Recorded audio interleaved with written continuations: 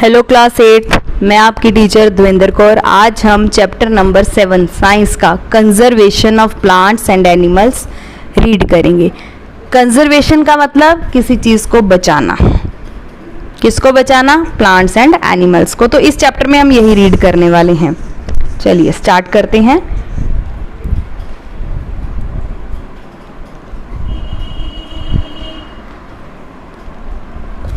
Our earth is going to a countless number of living organisms of various types. हमारा जो अर्थ है वो बहुत सारे अनगिनत, जिनको काउंट नहीं किया जा सकता, उन लिविंग ऑर्गेनिजम्स का घर है। They are found in variety of places such as forest, desert, river, ocean, hot spring and polar region. तो ये वैरायटी जो है प्लांट्स और एनिमल्स की या लिविंग ऑर्गेनिजम्स की, ये वैरायटी हमें कहीं पर भी मिल जाएगी, किसी भी पार्ट ऑफ द अर्थ में मिल जाएगी। Increasing population of humans in the world is disturbing the habitat of many of these living organisms.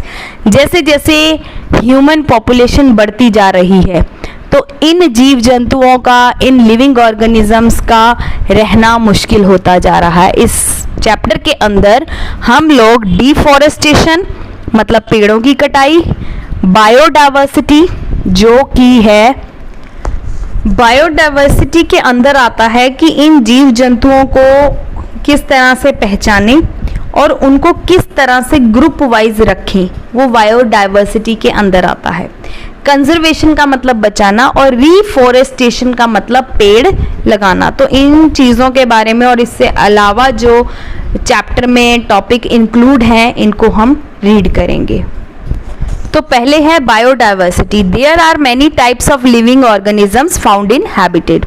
कहीं भी पूरे अर्थ के ऊपर कोई ना कोई जीव जंतु के बहुत सारे टाइप्स हमें मिल जाएंगे। दीज इंक्लूड, इसके अंदर प्लांट्स, एनिमल्स, माइक्रो ऑर्गेनिजम्स आते हैं। The number of species of living organisms varies from habitat to habitat, मतलब किस तरह के वातावरण में वो जीव जंतु रहता है उस तरह का हमें जीव जंतु मिलेगा। While there can be thousand of species of plants and animals in a rain forest, the number of species in a polar habitat will be much lower. जहां पर हमें हजारों की तादाद में प्लांट्स और एनिमल्स मिलेंगे रेन फॉरेस्ट के अंदर, वहीं पर हमें जो है जहां ठंड होगी, जो सबसे ज़्यादा ठंडा इलाका होगा, वहां पर नंबर ऑफ स्पीसीज हमें कम मिलेगी। तो all the species of plants and animals found in habitat are called its flora and fauna respectively. Flora means plants and fauna means animals. ठीक है।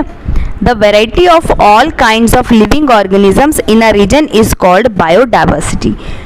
कैसी वैरायटी? मतलब हर तरह की वैरायटी जीव जंतुओं की जब एक प्लेस पे पाई जाती है, एक रीजन में पाई जाती है, एक पर्टिकुलर एरिया में पाई जाती है, वो बायोडाइवर्सिटी कहलाती है। It is defined as the variety of organisms that exist in a habitat. Habitat का मतलब place या location, their relationship with each other and environment. उस environment के अंदर वो जीव जंतु कैसे रखते हैं, अपने आसपास के वातावरण में वो जीव जंतु कैसे रहते हैं और आपस में कैसे रहते हैं। तो ये सारी चीज़ बायोडाइवर्सिटी के अंदर आती है। Biodiversity of a region along with abiotic components. Abiotic components होते हैं air, water, soil and sunlight, together make its ecosystem. इसके बाद है India is a country with rich biodiversity. India एक ऐसी कंट्री है जो बायोडाइवर्सिटी से भरा पड़ा है। There are different types of habitat such as mountain, desert, wetlands, rain forest. The flora and fauna existing in these habitats are very important resources for us. हमारे लिए बहुत इंपॉर्टेंट रिसोर्सेज हैं flora and fauna. Excessive use of these resources, अगर हम ज़्यादा use करेंगे इन चीज़ों का अगली आने वाली सदियों में तो हमारा इकोसिस्टम जो है वो डिस्टर्ब हो जाएगा। It has made the survival of many plants and animals very difficult. इससे बहुत सारे प्लांट्स और एनिमल्स की जातियों को रहने में डिफ़िकल्टी होगी। एज अ रिज़ल्ट क्या होगा, जातियां खत्म होना शुरू हो जाएंगी और ज़्यादा से ज़्यादा जो है खतरे पर आ जाएंगी, उनका अस्तित्व खत्म होना शुरू हो जाएगा। डिफोरेस्टेशन मतलब पेड़ों की कटाई। Forest are the precious wealth of a country, सबसे ज़रूरी खजाना है कंट्री का। दे आर हैबिटेट टू, ये घर है बहुत सारे जीव जंतुओं का, यहाँ से हमें बहुत सारी यूज़फुल चीज़ें मिलती हैं। कुछ यूजेस जो हैं फॉरेस्ट के वो यहाँ दे रखी हैं, जैसे ये हमें लकड़ी देते हैं फॉरेस्ट, जिससे पेपर बनता है, फर्नीचर और हाउसेस बनते हैं।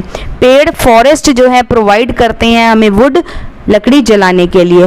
फॉरेस्ट हमें देते हैं shelter and food to many animals. Forest provide करते हैं हर्ब्स मतलब दवाइयाँ, जड़ी बूटियाँ, मेडिसिनल प्लांट्स। फॉरेस्ट प्रोवाइड करते हैं यूज़फुल थिंग्स जैसे रबर और रेजिन। फॉरेस्ट प्रोवाइड करते हैं या फॉरेस्ट जो हैं सोर्स हैं लाइवलीहुड फॉर द जनजाति, मतलब आदिवासी लोग भी फॉरेस्ट में ही रहते हैं। फॉरेस्ट मेंटेन करते हैं ऑक्सीजन और कार्बन डाइऑक्साइड के बैलेंस को, जो फोटोसिंथेसिस से होता है। फॉरेस्ट मेंटेन करते हैं water vapour in the air by transpiration.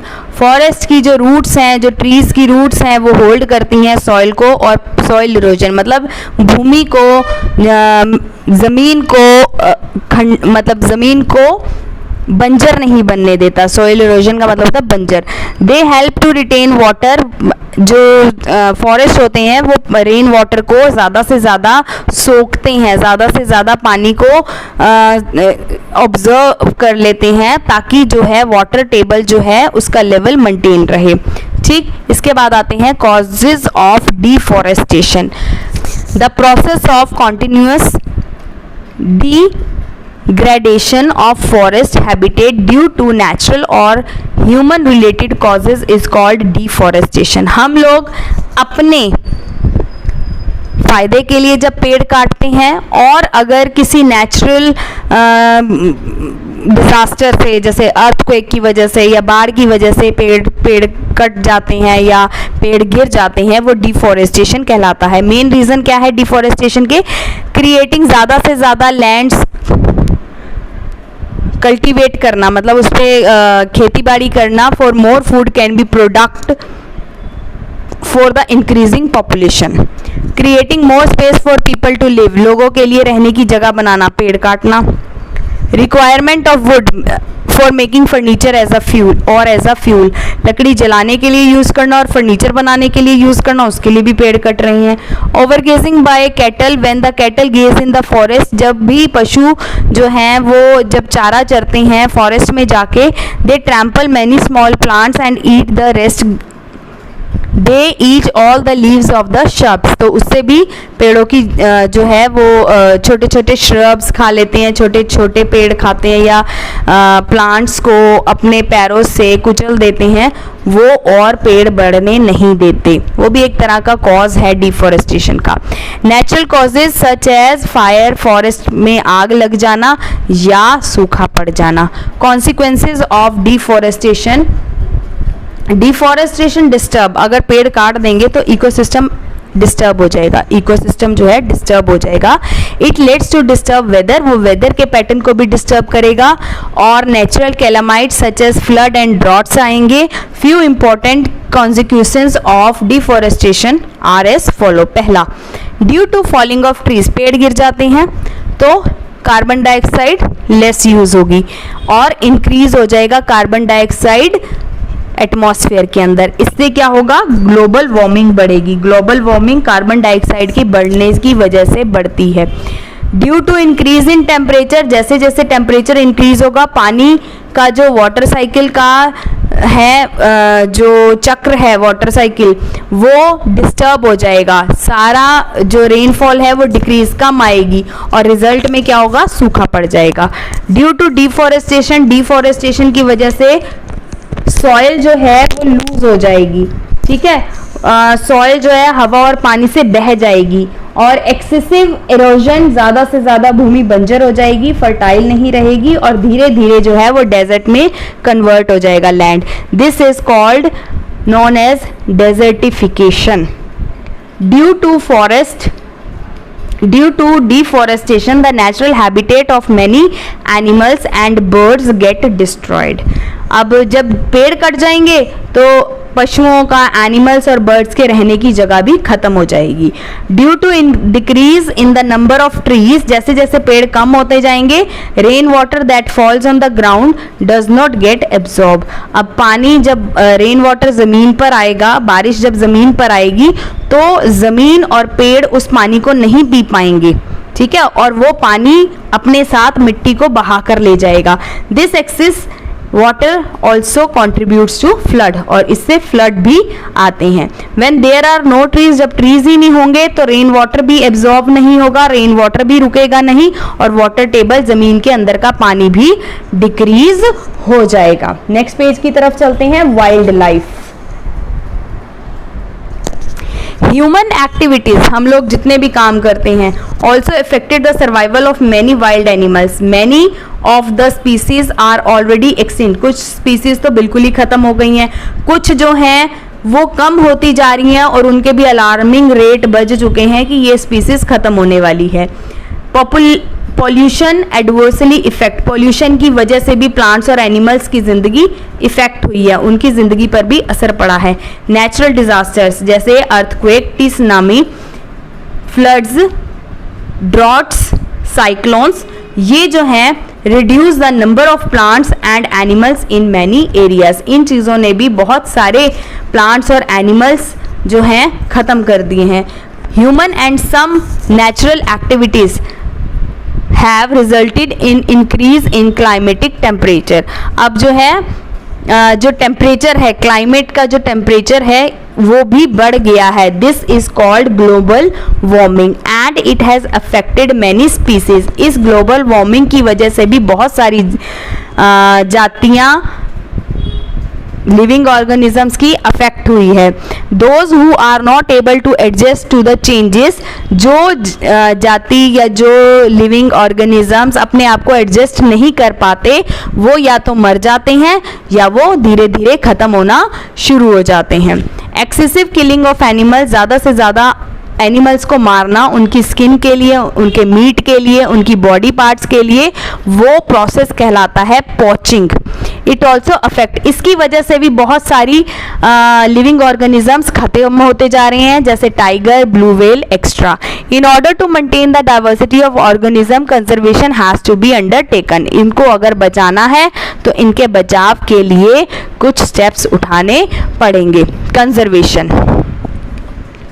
Conservation एक ऐसा प्रोसेस है, एक ऐसा मेथड है, प्रिजर्वेशन जो बचाता है, केयर करता है management of plants and animal species so that to prevent their extinction, उनको उनकी अस्तित्व खत्म होने से उनको बचाता है। Before discussing various issues biodiversity के एंड कंजर्वेशन के, let us discuss some common terms associated with them. इनसे रिलेटेड क्या क्या हैं टर्म्स, उनको रीड कर लेते हैं पहले। स्पीसीज जो है, the term species refer to a group, एक ग्रुप या एक क्लास ऑफ एनिमल्स या प्लांट्स के ग्रुप को जहां पर कॉमन नेम या परमानेंट कैरेक्टरिस्टिक्स होगा, उसका clearly distinguish it from the other groups, उनको एक ग्रुप से दूसरे ग्रुप में अलग किया जा सकता है।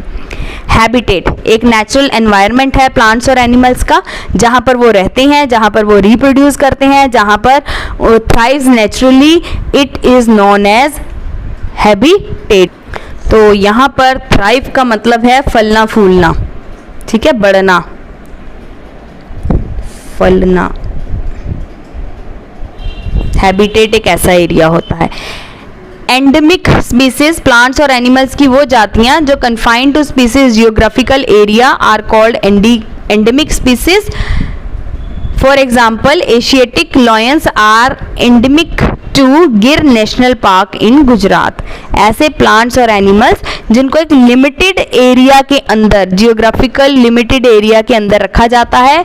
फॉर एग्जाम्पल है एशियाटिक लॉयंस, जो कि गिर नेशनल पार्क में ही पाए जाएंगे गुजरात में। एक्सटिंक्ट स्पीसीज, वो स्पीसीज ऐसी जीव जंतु जो अब है ही नहीं अर्थ पर, is called extinct species. For example dinosaurs. Endangered species, जो खत्म होने की कगार पे है, species that are at high risk of getting extinct, extinct का मतलब खत्म होना, in their habitat are called endangered species. Vulnerable species, species that exist in low number, जो कम, ऐसे जीव जंतु जो कम हैं और वो खत्म होने की कगार पर हैं क्योंकि डिस्ट्रक्शंस ऑफ देयर, उनका नेचुरल घर खत्म हो चुका है, ओवर एक्सप्लॉयटेशन या other environmental disturbance is called venerable species. Threatened species दोनों वेनरेबल एंड एंडेंजर्ड, जो खत्म होने के कगार पर हैं, जिनके नंबर्स कम हो गए हैं, दोनों मिलकर थ्रेटेंड स्पीसीज के अंदर आते हैं, जैसे Bengal tiger, Siberian tiger, African elephant extra. Next page की तरफ चलते हैं। In all countries government agencies take care of the forest and animal, सारी ही कंट्रीज में गवर्नमेंट जो है वो टेक केयर करती है फॉरेस्ट और एनिमल्स की। The government lay down rules, उन्होंने रूल्स बनाए हैं, मेथड्स बनाए हैं, पॉलिसीज बनाए हैं ताकि इनको बचाया जा सके, इनको सुरक्षित रखा जा सके। इट ऑल्सो एनकरेज पीपल, लोगों को भी बताया जाता है, सोसाइटीज़ को बताया जाता है किस तरह से रूल्स और रेगुलेशंस फॉलो करें इनको बचाने के लिए। फ्लोरा और फौना को प्रोटेक्ट करने के लिए, उनके नेचुरल हाउस को प्रोटेक्ट करने के लिए सेंचुरीज बनाई जाती हैं, बायोस्फीयर बनाए जाते हैं, बायोस्फीयर रिजर्व्स बनाए जाते हैं, नेशनल पार्क्स बनाए जाते हैं। बायोस्फीयर रिजर्व्स क्या हैं? These are the area meant for conservation of biodiversity, ये एक ऐसे एरिया है जहां पर बायोडाइवर्सिटी को बचाया जाता है, सुरक्षा की जाती है।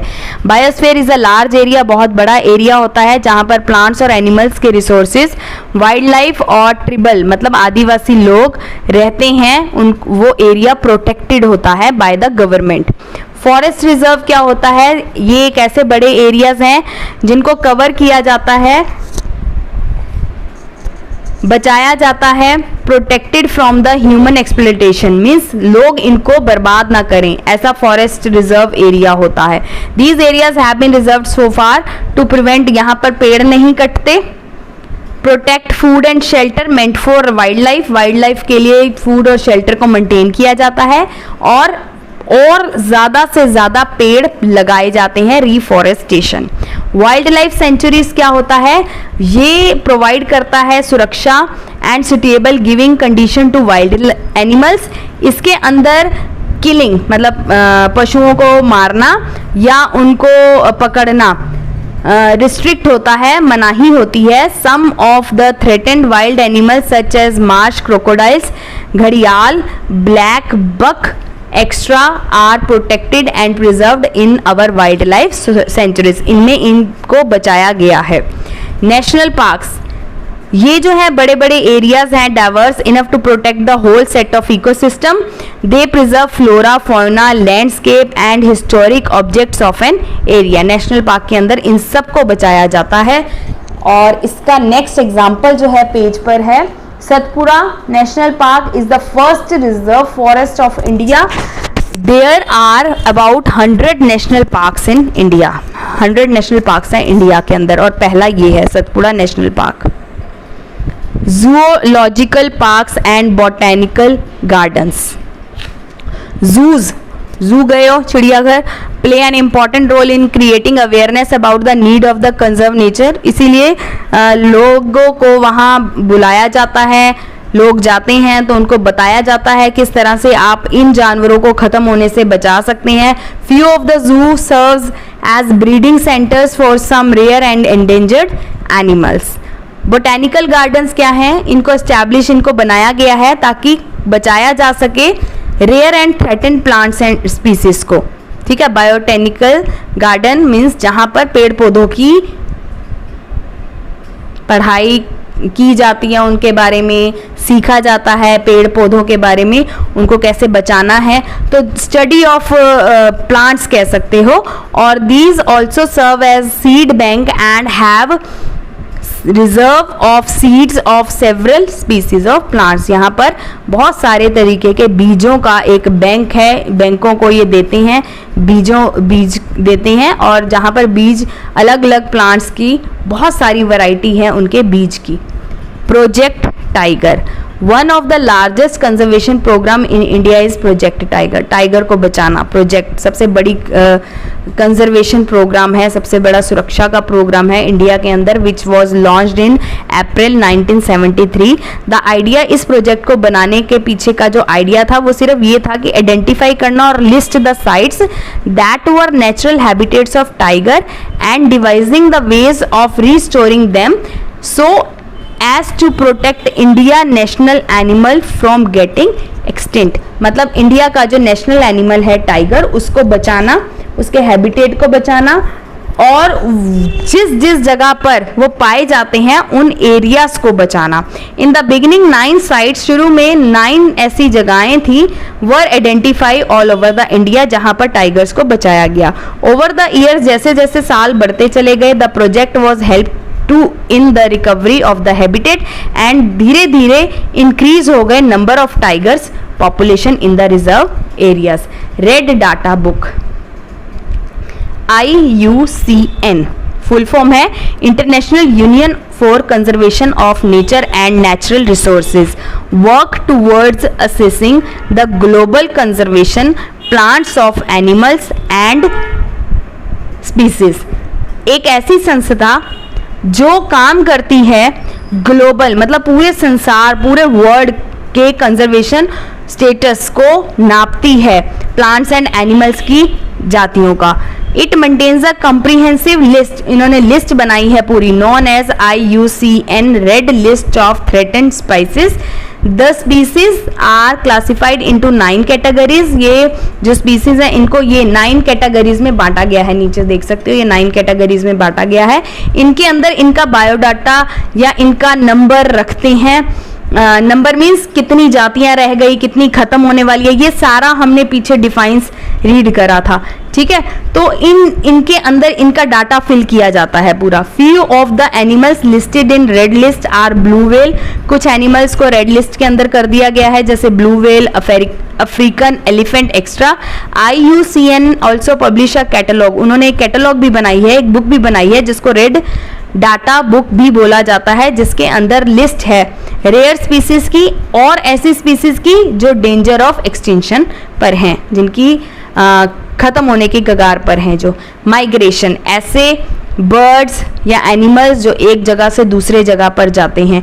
The movement of animals in large number from a place of declining food and resources to one place with more food and the resources during the year is called migration। जैसे मौसम चेंज होता है, कुछ birds, कुछ animals ऐसे होते हैं जो एक जगह से दूसरी जगह पर जाते हैं अपने आप को बचाने के लिए, खाना खाने के लिए, अपने आप को रहने के लिए। तो many birds to fly far away areas every year during a particular time because of climatic changes। climatic changes की वजह से बहुत सारे birds जो हैं migrate करते हैं।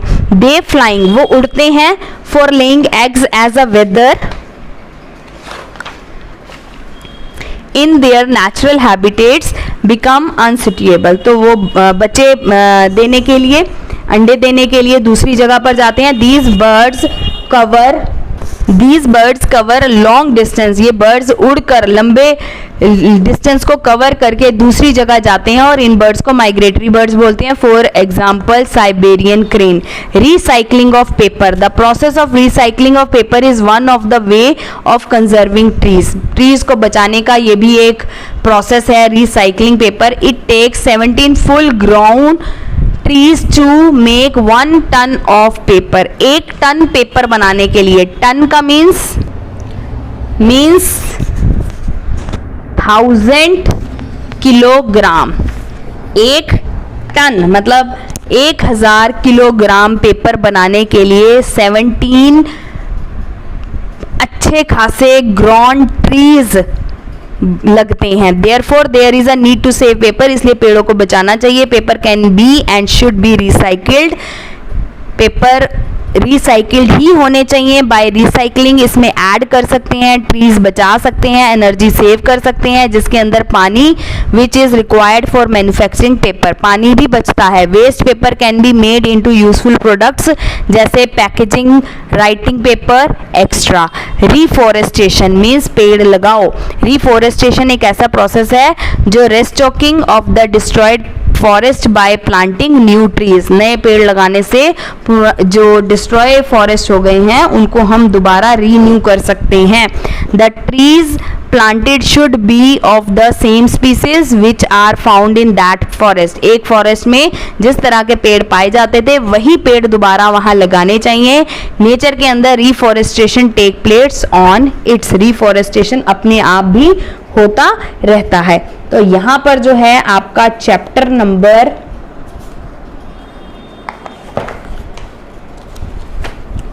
7 कंप्लीट होता है। Bio teacher Devendra Kaur. यहाँ आपके समरी पॉइंट्स हैं, रीड करो इन समरी पॉइंट्स को। जो अभी तक हमने रीड किया है वो सारा इसके अंदर है। इसके बाद आपके कीवर्ड्स हैं, कीवर्ड्स के बाद आपकी बैक एक्सरसाइज आ जाएगी, फिलअप्स हैं, ट्रू फॉल्स हैं, मैच द फॉलोइंग है, then tick the correct, very short, short, difference between, defines और long questions, then hot question and the assignment questions. इसके बाद जो है आपका चैप्टर नंबर 7 का बैक एक्सरसाइज भी कंप्लीट हो जाएगी। By your teacher Devendra Kaur.